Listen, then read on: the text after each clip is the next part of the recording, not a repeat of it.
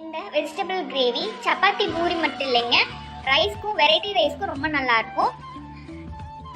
இந்த vegetable gravy எப்படி செய்யறதுன்னு சொல்கிறேன் வாங்க. ஒரு பேனை அடுப்பில் வச்சுக்கோங்க. ஒரு 2 ஸ்பூன் எண்ணெய் ஊற்றிட்டு 1/2 ஸ்பூன் சோம்பு சேர்த்திக்கலாம். அது கூட கொஞ்சமாக கடல் பாசி சேர்த்திக்கலாங்க. பொரிஞ்ச உடனே இஞ்சி ஒரு இன்ச்சு, 3 பூண்டு, ஒரு 6-7 முந்திரி பருப்பு சேர்த்திக்கலாங்க. இதை நல்லா வணக்கிட்டு ஒரு பெரிய வெங்காயம் கட் பண்ணி இது கூட சேர்த்திக்கலாம். ஒரு தக்காளி கூட கொஞ்சம் கொத்தமல்லி தலைங்க. இது எல்லாத்தையும் நல்லா வதக்கி ஆற வச்சு வச்சுக்கலாங்க.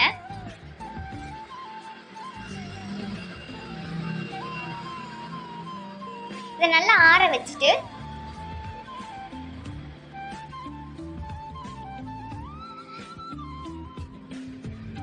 மிக்சியில சேர்த்து அரைச்சு வச்சுக்கலாங்க. கொஞ்சமா தண்ணி ஊற்றி நல்லா பேஸ்ட் மாதிரி அரைச்சிக்கலாம்.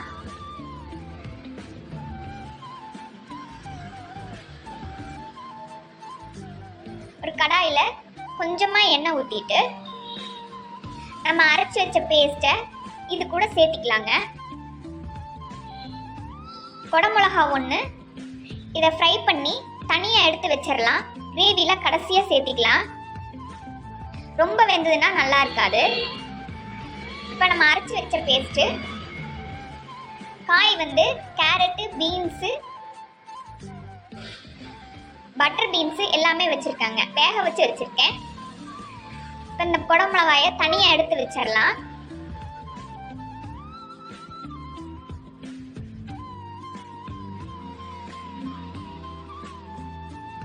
இப்போ நம்ம அரைச்சி மசாலாவை இதில் சேர்த்து எண்ணெய் பிரியிற அளவு நல்லா வணக்கலாங்க. இது கூட 1 ஸ்பூன் கரம் மசாலா தூள் சேர்த்திக்கலாம். 1 ஸ்பூன் வரமிளகாத்தூள், உங்கள் காரத்துக்கு தகுந்த மாதிரி சேர்த்திக்கோங்க. நம்ம காயில் கொஞ்சம் உப்பு சேர்த்து வேக வச்சதுனால இது கூட கொஞ்சமாக உப்பு சேர்த்து நல்லா எண்ணெய் பிரிகிற வரையில் வணக்கலாங்க.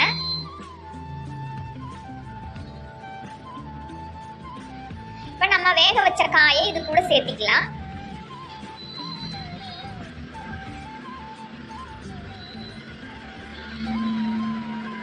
காலிஃப்ளவர் இது கூட போட்டுக்கலாங்க.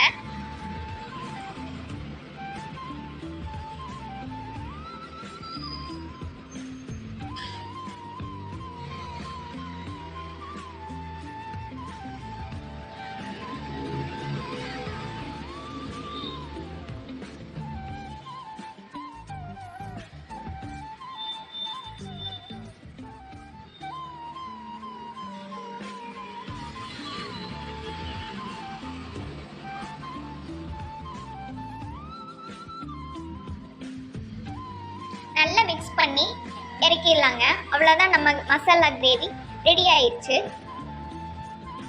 இந்த மாதிரி செஞ்சு பாருங்க. செஞ்சு பார்த்துட்டு கமெண்ட்ல சொல்லுங்க. இந்த வீடியோ உங்களுக்கு பிடிச்சிருந்ததுன்னா லைக் பண்ணுங்க. மறக்காம நம்ம சேனலுக்கு சப்ஸ்கிரைப் பண்ணிடுங்க.